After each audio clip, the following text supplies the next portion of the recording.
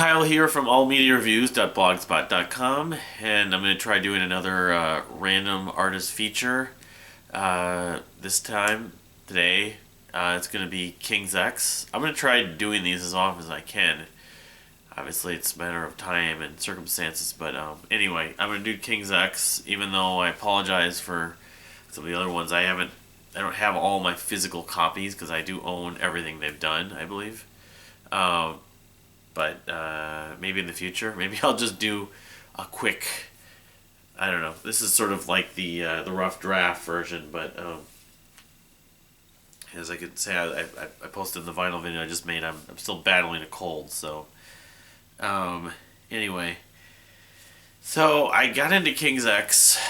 It was in 1995 or 96. I usually think of it as 96. I remember seeing an ad for them, and the singer, there was a three-piece band. The singer looked like Lenny Kravitz. I don't think he looked like Lenny Kravitz, but he had a mohawk. And we're listening to the music, checking it out for the first time, thinking they sounded like Lenny Kravitz, kind of, but just not as good. Like a poor man's Lenny Kravitz to an extent. But I listened to a couple of albums, just sampled CDs at Cheapo, and then I saw them live, and I started buying some of their tape just to sort of give them a second chance.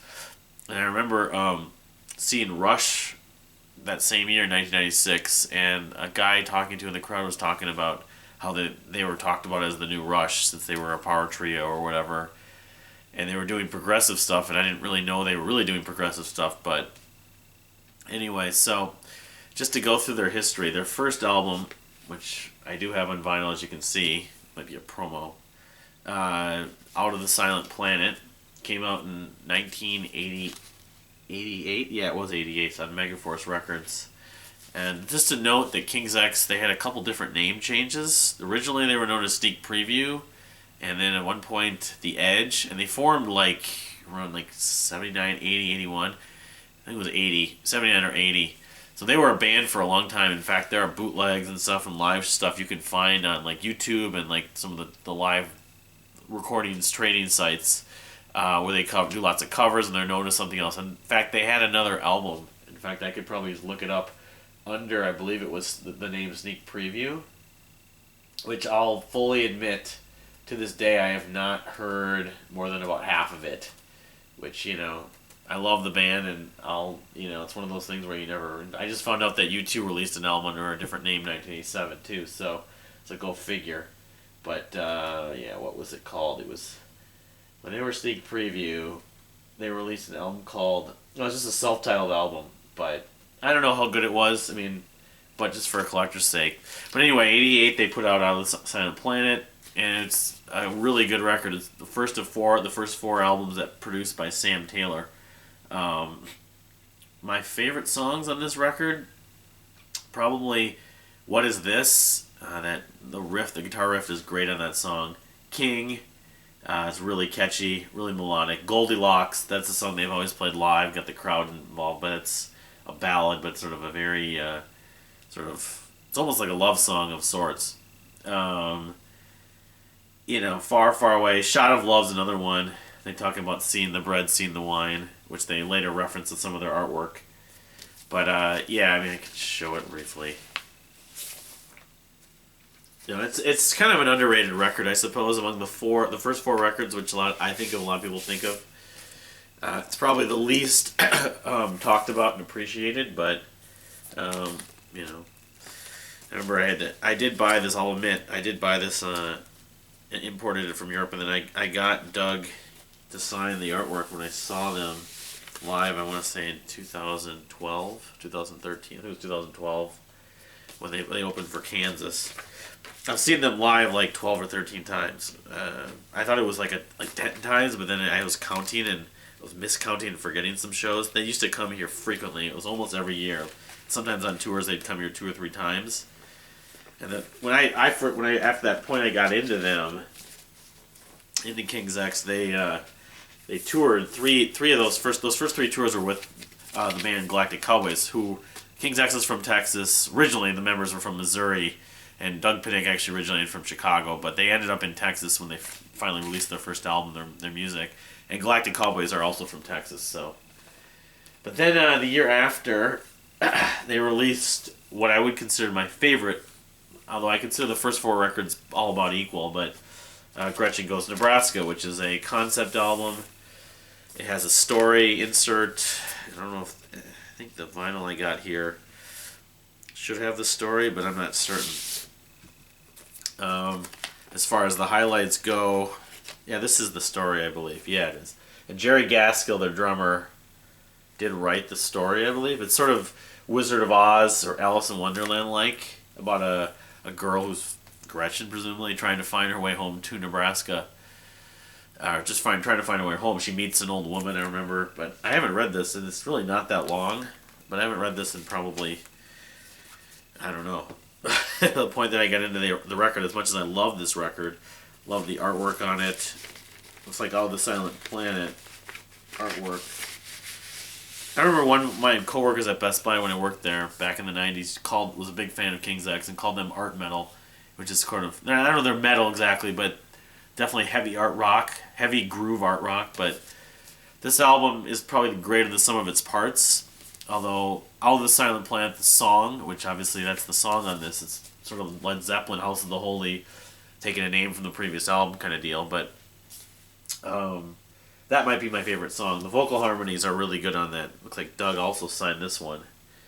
Over My Head, live staple that they've played it, 50,000 times, and there's been 50,000 different versions. Doug usually does his whole sort of, not preaching, but just sort of speech or sympathetic sort of calling to the crowd at that point in the middle section. But the studio version's still good. It's a rocking song. There's a cool video for it. Summerland. Every song on this. Mission. Pleiades is another favorite. Very trippy. Almost Pink Floyd-ish. I'll Never Be the Same. The Difference. Really every song kind of, it's easier said than done. There's a real good hook on that song. It's easier said than, and you kind of get yourself in an adventure, and you're going to get this story, the tale of this girl, supposedly.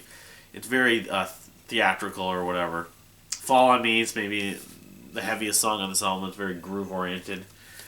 A lot of people like that song. Anyway, so that was 89, the year after. And then, moving on here. This is actually the jacket. I'm not sure. This is actually the jacket it was supposed to go in. We'll just move on. And they released, the year after, Faith, Hope, Love. Yeah, they just released Gretchen Goes to Nebraska and Faith, Hope, Love. And I should still buy them, probably. But these are first pressings. But this was 1990, so they literally released 3 albums in 3 years. I mean, they were a band for whatever it was, 8-9 years, and they just kind of had all this music that they had written, probably, and kind of developed their songwriting chops. I should probably mention the lineup. Besides Doug Pinnick, the singer, Ty Tabor's the guitarist, and Jerry Gaskill's the drummer. And they all do vocals. I mean, Doug Pinnick's the main vocalist, but there's a lot of songs that Ty sings lead on most of their albums. But yeah, this is the third album, Faith, Hope, Love. Another one they worked with Sam Taylor, and this is a great record. I mean, it's another one of these albums that very in depth. A lot of there's some epic songs, some catchy songs. We Are Finding Who We Are. The first song's really catchy. They always have songs that open up albums that are very catchy. It seems like. Fine Art and Friendship's one that I've always loved that song. Moan Jam, that's kind of like the title, a jammy track. Let's see here. Everywhere I Go. The title track is like 11 or 12 minutes. I don't know how long that song is. That's definitely proggy. I'll Never Get Tired of You. The thing with a title like Faith, Hope, Love, they thought they were getting lumped in with the Christian rock scene, even though they weren't Christian rock. But some of these songs sort of remind me, they're just very much love-based and spiritual. Mr. Wilson, which I always think of one of two things. I frequently think of Dennis the Menace, but also Brian Wilson, which Marillion, of course, released, Cannibal Surf Babe, which talks about Mr. Wilson. I always think of that and this song together. And I think they were referencing Brian Wilson on that one, but Talk to You is a crazy track. I mean, they really were getting experimental at this point. I mean, they were experimental in Gretchen, but some of the song structures and time signatures and everything they were using. Everywhere I Go is a song I've never heard them play live, I don't think, and I always loved that.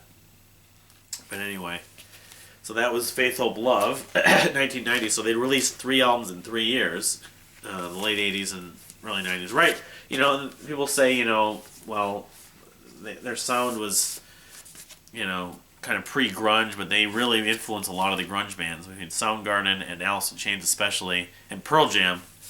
Not so much Nirvana, I don't think, but they were around before all those bands. So then they released the self-titled 4th album, which is another great record from the Sam Taylor period. As far as my favorites on that record, like those in '92, so I think took a year off. And I forgot to mention It's Love was the single on Faith, Hope, Love, but that's probably not the worst song in the record, but I don't like that song as much as most of the record, but which frequently happens. They release a single and it ends up not being a favorite. But yeah, as far as the self-titled King's X album, it's got a lot of good songs on it. I guess let me just pull it up.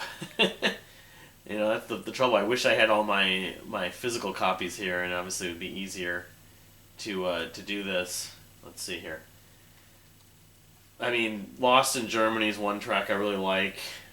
And that was 92. Let's see here. Chariot Song, The Big Picture, Prisoner, Ooh Song, Not Just for the Dead is a terrific song. Some sitar use in that. Very Beatles influence. What I know about... I actually, when I know about Love, I actually think the self-titled album, almost from song to song, is the most consistent record they released, like in their history.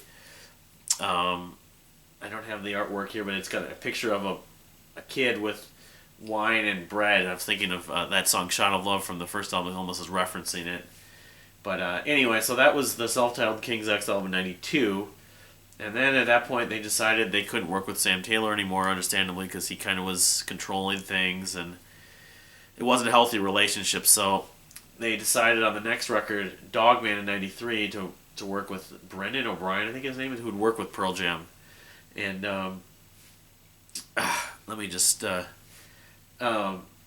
It turns out this album is maybe their heaviest album, Dogman, and also is all the vocals are done by Doug, which was a first. But it by a lot of people's standards, Dogman is their favorite King's X album. Not mine, but it's an album I still really enjoy. Let me just... I said I'm battling a cold here. My apologies. My personal highlights on Dogman, the title track especially, is just a stellar song that got on the radio a little bit, but this is the point they actually played at Woodstock in '94, the year after, and their closest thing to actually getting commercial exposure to a large group, but unfortunately it didn't really pan out in the long run. But I guess as far as the rest of this record, Cigarettes, Pretend, Fool You is a terrific song. Fool You sounds like it's something from the self-titled album or from the previous period. Complain, Pillow. They do a cover of Jimi Hendrix, a live cover of Manic Depression. Shoes. I mean, Dogman's a great record. I put it really close to, but not quite as high as the first 4 records. But a lot of people think it's their best. Anyway, then they released in '96. This is their last record with a major label, I believe. They were on Atlantic Records. Ear Candy, which is probably their poppiest record ever. As far as track lists on this, it's, I could just show it, I suppose. I should just start doing that. If you could, it's hard to see. And that's what the cover art looks like. You can tell it's kind of poppy with the little bug on the cover, but like a Box is one of my favorites. Looking for Love, Mississippi Moon is very kind of power pop-ish. My fiance even liked that song when she heard it. That one in American Cheese, Jerry's Pianto, as it's referred to. I didn't actually hit this. Oops. Let's see here. Run, very catchy, energetic. The Train, the opening track. 67, talking about channels on cable TV sometimes. Yeah, I mean, it's, again, another consistently good King's X record, although I guess between Dogman and Ear Candy, I kind of lean toward Dogman, but still, good record you can put down. There's not really a weak track on there, even the last track, Life Going By. Anyway, so then 98, they released Tapehead, which I don't have here. Let's see here. And Ear Candy was the first album they released since becoming a fan. Tapehead is, I don't probably like quite as much as Ear Candy, but I still like a lot of it. I don't know, I guess, again, they had more Thai songs on Ear Candy. I think this is more Doug, but there's still some Thai songs on here from memory. Groove Machine, let's see here. Some of the other highlights of this album, Tapehead in 1998. Over and Over, Oh No, that was one. Spelled O-N-O. Not like O-H space N-O. A Little Bit of Soul. I don't know. I mean, it wasn't a bad record. I should revisit it. I haven't listened to this album in ages. But, yeah, it was on Metal Blade Records, the first record with Metal Blade. They also released a compilation of Best Of, which had some unreleased songs. And actually, one of their songs they put on a soundtrack a few years back that I didn't even mention, Junior's Gone Wild, I really like. But, Sally, I think there's a song called Sally off the compilations, which I also really appreciated. They had songs that just didn't make albums that just happened to be really good songs. They just didn't release them for various reasons. But anyway, then in 2000, they were still on Metal Blade at this point. They released Please Come Home, Mr. Bulbus. And this kind of got me rejuvenated. I like this album more than Tapehead. As far as highlights go, the Charlie Sheen, which is a funny lyric, but I've always liked that's really catchy track. Let's see here. Smudge is definitely one that has a sort of juxtaposition, or a sort of, you have one part that's really bright, one part that's really dark, and they managed to mold those two and segue them perfectly together at points in that song. Let's see here. She's Gone Away. Marshmallow Field's a great track. That's really trippy. It's very psychedelic. The Move Me Movie Part 2, closing, epic of the sort, which the two of them are about a little over 8 minutes, or actually more like 9 minutes. Yeah, I mean, I would compare Bulbus to at least as good as like Ear Candy, or maybe even a little bit better. I remember really liking Please Come Home, Mr. Bulbus. Let's see here. I mean, it wouldn't be a first album to recommend for King's X fans, but still one to not overlook. So then they release Manic Moonlight in 2001. And I'll just say this. This is one of my favorite King's X albums. This is my favorite, probably, King's X album since the self-titled album. And it doesn't get a lot of... It gets a lot of crap. People don't like it. It's all Doug songs. And when I first heard it, I didn't really think that much of it. But after revisiting it over and over, I grew to love this album. It's just... it's very sort of... it's a different approach. A lot of bass-driven songs, but the songs all flow really well together, and some of the kind of subtle melodies totally grab me, and so the segues, like the King's X segues on a lot of songs do. The whole record, I guess I would say, as far as specifics, the title track, Believe, False Alarm, Static, The Other Side, and Vegetable, which was a single, but it was like 6.5 minutes. I played that when I was on KFAI at that point. I don't know why this album people hate, or they just think it's average at best. Manic Moon, even the band doesn't even like it that much. Maybe they had some issues with, releasing albums with a certain amount of songs on it and stuff like that, but I may be one of the only champions. It's like people praising Open Your Eyes from Yes, or whatever. I don't care. Manic Moonlight, big thumbs up. It's almost a perfect record to me. Then I found my copy of Black Like Sunday. They released this album, which was a collection of old songs. A collection of old songs that that got re-released. I think they recorded when they were a sneak preview. And honestly, I've listened to it 2 or 3 times, and I never really cared for it. People hated this record. I probably should go back and revisit it, but there's not one or two. Like, the title track is okay. I only played live, Black Like Sunday, and Johnny, I remember, which is an 11-minute song. But honestly. I probably owe it to myself to listen to this again, but as I rate the King's X catalog, it probably would be toward the bottom. So, let's see here. And I have the live album, which, they're great live. I have live all over the place. I have one of their other live albums, too. They took forever to ever release their live album. I don't know why. They couldn't get the rights or something. But they finally released a few live albums in the last 10 years. But after Black Like Sunday, that was in 2003, yeah. Then they released, what's it called? I'm blanking on the title. In 2005, let's pull this up.